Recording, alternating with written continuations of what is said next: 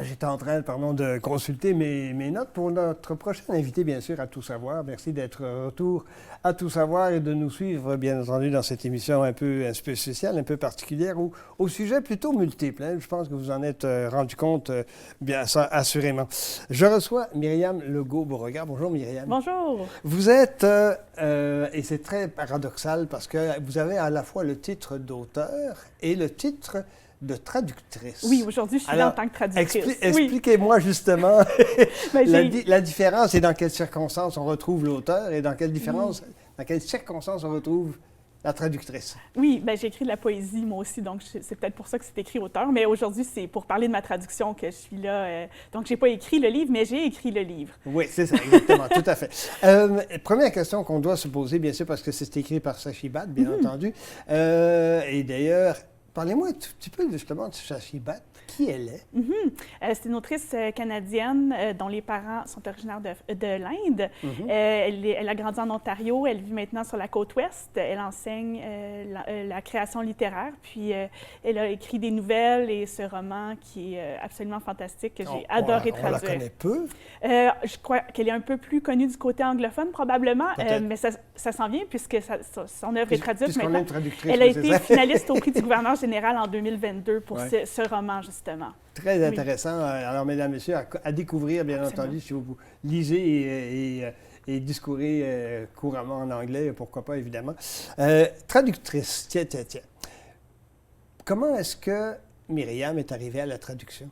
Oui, c'est une très bonne question. Je vais essayer de faire ça rapidement. J'ai fait un premier bac en enseignement du français au secondaire et durant ma deuxième année, j'ai décidé de me réorienter. J'ai découvert la traduction un peu par hasard. Je me suis dit, je suis bonne en français. Je ne sais pas si je suis assez bonne en anglais pour faire la traduction, mais apparemment, oui, c'est surtout la compréhension qui importe quand on traduit. Moi, mon anglais oral est correct, mais c'est surtout que je le comprends très bien. J'ai eu un véritable coup de foudre pour cette profession et j'ai pratiqué la traduction de façon professionnelle pour différentes sociétés d'État, donc traduction de textes plus pragmatiques, disons, moins littéraires. Au Parlement, par exemple? Pas au Parlement, mais autour du Parlement, disons. Okay. Voilà, j'ai eu un contrat qui m'est arrivé providentiellement. Ce livre-là était fait pour moi. Vous avez vu que Nina, l'héroïne, est enseignante, justement, donc je me suis reconnue beaucoup dans son expérience. Absolument, tout à fait. Ouais.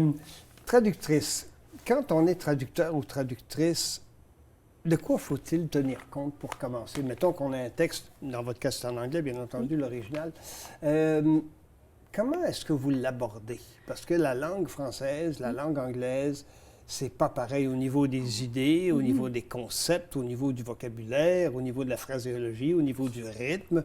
Tout ça, c'est très, très, très différent. C'est pour ça que ça rend le métier de traductrice probablement intéressante aussi. Oui, mais est-ce que toutes ces composantes-là rentrent en ligne de compte? Ah oui, absolument. Il faut tenir compte de tout pour reproduire un effet semblable chez le lecteur. Dans le fond, on se met à la place du lecteur, de la lectrice. On se dit, moi, j'ai vécu ça, je vais essayer de lui faire vivre la même chose avec les moyens que moi, j'ai. C'est comme si, des fois, l'analogie qui est utilisée, c'est quelqu'un qui a joué la pièce de musique, puisqu'on parlait de musique tantôt, au violon, et moi, je vais l'interpréter au piano, ou je vais faire un dessin réalisé à l'aquarelle, puisqu'on avait un artiste aussi, bien moi, je vais le faire à l'encre. Donc, c'est avec des moyens différents.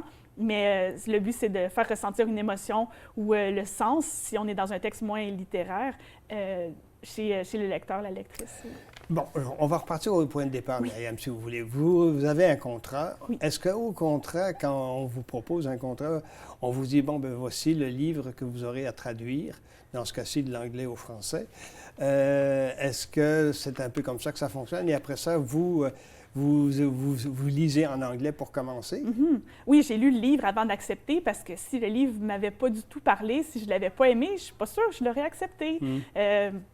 On lit des livres on traduit des livres qui nous intéressent, qui nous parlent. Donc oui, moi, le livre, tout de suite, quand je l'ai lu, j'ai dit « Ah oui, il faut que je traduise ça, ça va être extraordinaire. » Et effectivement, ça l'a été. Ça l'est tout à fait. Est-ce qu'à posteriori, et là, je pose la question à la fin de l'exercice, bien entendu, parce qu'on va parler de l'entre-deux, mais à la fin de l'exercice, est-ce que la satisfaction est la même qu'au point de départ? Je pense que la satisfaction a été égale tout le temps. J'ai tellement eu un plaisir immense à traduire ce livre-là. Et à la fin, c'est qu'il y a toutes sortes de de petites étapes qui s'ajoutent, comme la correction d'épreuves, il y a la révision bilingue qui a eu lieu. C'est pas une petite étape, ça, c'est une grosse étape. Donc, il y a quelqu'un qui a lu l'anglais et le français côte à côte, s'assurer que j'avais rien oublié, dire « Ah, ça, t'es sûr que c'est la bonne solution? » Puis là, on a fait un petit échange d'idées à ce moment-là, puis on a ajusté certaines références culturelles, certaines blagues, parce que c'est un livre qui est rempli de blagues. On a eu beaucoup de plaisir à faire ça. Donc, c'est jamais vraiment fini, à part quand le livre est imprimé. Et honnêtement, il y a eu un problème avec la poste. Je n'ai pas encore reçu mon exemplaire papier. J'ai très, très hâte de le tenir entre mes mains. J'imagine un tout petit peu, hein, effectivement. Oui, tout à fait, tout à fait. Oui. Parlez-en, parce qu'évidemment, ça, les gens, ça les intéresse, bien entendu. Parlez-moi un tout petit peu, justement, du contenu. Oui. On parlait de la jeune fille. Quand j'ai lu le bouquin, je me suis dit, elle est publié aux éditions de l'Interligne, soyez en passant, mesdames, messieurs. Quand j'ai lu le bouquin, je me suis dit, ah, intéressant, quelqu'un qui n'a pas de voix, qui trouve sa voix et à qui on donne la voix. Oui, c'est Nina, des nuances, oui. On s'entend là-dessus, mesdames, messieurs, je comprends. Est-ce que c'est un peu ça aussi dans l'histoire? Oui, absolument. Au début de l'histoire, dans la fin du premier chapitre, Nina, qui est une adolescente, va vivre un événement traumatisant, on peut dire ça comme ça. Puis après, elle va comme... Un sérieux blocage, hein? Oui, elle va vivre comme un blocage. Elle va refouler beaucoup ses émotions. Bien, pas refouler ses émotions, mais elle ne va pas les verbaliser, disons. Elle ne va pas en parler à personne de ce qui lui est arrivé, puis ça va la suivre jusqu'à son parcours universitaire où elle va s'investir en création littéraire. Puis elle va avoir un peu du mal à trouver justement sa voix, à interagir avec ses collègues. Elle va être très timide, un peu renfermée. Mais après, elle décide de devenir enseignante. Donc, elle a une voix, mais elle ne la trouve pas parfaite, disons. Elle est très perfectionniste, Nina. Et elle va s'intéresser à un groupe de prise de parole, donc les Toastmasters. Elle va perfectionner son expression orale. Et bon, à la fin, il y a une résolution très intéressante que je ne vais pas révéler pour pas brûler le punch, Non, évidemment. Donc, oui, c'est ça. Nina apprend à retrouver sa voix au fil du roman, malgré ce qui lui est arrivé. Est-ce qu'il va y avoir des rechutes? Oh mon Dieu, c'est possible. C'est possible. Non, mais c'est parce que dans tout ce processus-là de grandir, de se réapproprier soi-même, inévitablement, il y a des hauts, il y a des bas, il y a des hauts, il y a des bas. Est-ce que justement, c'est un peu le cas aussi? Il faudrait qu'il y ait une suite à l'histoire de Nina. On la suit plutôt dans sa quarantaine, sa cinquantaine, pour voir comment ça évolue. Moi, je serais tout à fait partante pour le traduire s'il y avait une suite à cette histoire-là. Oui, j'imagine un peu, effectivement, tout à fait. Tout à fait. Ça a pris combien de temps pour traduire depuis qu'on vous a remis le manuscrit et qu'on vous a dit, bon, ben Myriam, sors-nous quelque chose en français. Oui, ça a pris combien de temps? Bien, j'ai eu le luxe d'avoir une bonne période de temps. L'Interligne m'a donné un bon délai, donc j'ai eu presque 1 an pour faire la traduction. Alors, j'ai pu la faire petit à petit, de façon digeste avec mes autres activités, parce que je suis aussi étudiante au doctorat et maman de 2 enfants. Donc, caser ça dans mon horaire, puis pouvoir donner l'attention que l'œuvre méritait. Dans le fond, j'ai pu travailler à mon rythme, ça a été extraordinaire. Je suis très reconnaissante d'avoir eu le temps de bien faire les choses.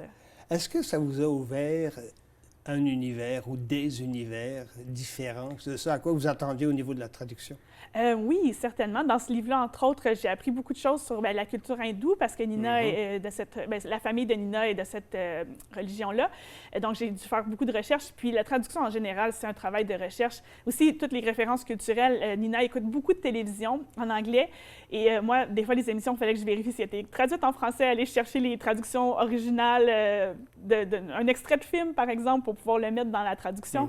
Donc, oui, ça ouvre les horizons. La traduction, c'est ça qui est génial avec ça, qu'on traduise pour le gouvernement ou pour la littéraire. On va toujours faire des recherches. Oui, j'imagine. C'est merveilleux. Tout à fait. Il nous reste 1 minute, Myriam, et j'ai envie de vous demander, vous dites que vous êtes au doctorat. Travaillez sur quoi au doctorat? Les prix littéraires et la traduction. Comme par hasard. Oui. Très intéressant. Il y a des très beaux ouvrages qui ont été publiés, d'ailleurs, sur les prix des gouverneurs généraux. Je ne sais pas si tu es au courant. Oui. Est-ce que, justement, c'est d'aborder cet aspect-là des prix du gouverneur général, c'est un peu particulier, non? Oui, bien, vu que l'œuvre a été justement finaliste, c'est intéressant en soi, mais je vais regarder si les œuvres qui ont gagné des grands prix au Canada sont traduites, dans quelle proportion, et discerner des tendances. C'est pas mal ça, mon sujet. C'est vraiment passionnant de suivre ça. Alors, on pourrait peut-être bien, à un moment donné, vous retrouver. Vous parliez de poésie au départ, rapidement? Oui. Oui, j'ai écrit un livre de poésie qui est sorti cet automne à la Note Verte. Ça s'appelle « Comme un myosotis » également. Tiens. Très intéressant. On va, je vous invite, est-ce que c'est publié chez qui? La note verte à Maniwaki. Ah, pardon, oui. Ah ben tiens, je ne connaissais pas. Non? À découvrir. Connaissiez-vous ça, mesdames, messieurs? Non, du tout. Bien, écoutez, un grand plaisir, merci Myriam d'avoir nous avoir parlé, bien sûr, de Merci ça, bien entendu. Et je vous garde tout de suite pour la conclusion, tout de suite après la pause qui suit.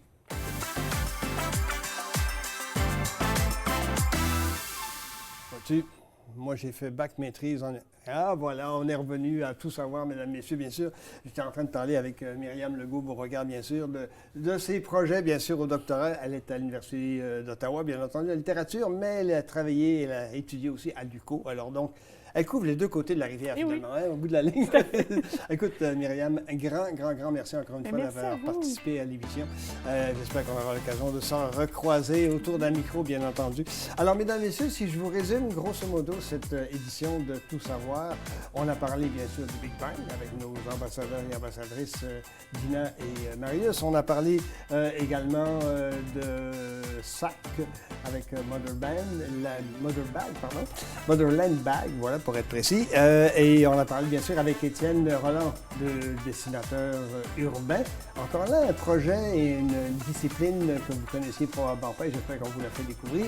Et ma dernière invitée, non la moindre, bien sûr, Myriam Legault-Beauregard, qui nous a parlé, bien sûr, de... Ah, c'est vrai, on n'a pas nommé le titre. Le titre, de plate et de platine. Voilà, effectivement. Aux éditions de l'Interligne. Si jamais ça vous intéresse, je vous engage, bien entendu, à vous les procurer et à le lire avec intérêt et avec passion, parce que Myriam y a mis tout son cœur, j'en suis persuadé. J'ai essayé de sortir un peu son cœur de cet ouvrage-là. Alors écoutez, encore une fois, ça a été un réel plaisir de vous recevoir à Tout savoir. Ici Jean-Paul Moreau, je vous donne rendez-vous à une prochaine fois, bien entendu, pour la prochaine édition de Tout savoir. Et merci de nous avoir suivis tout au cours de cette émission. À la prochaine.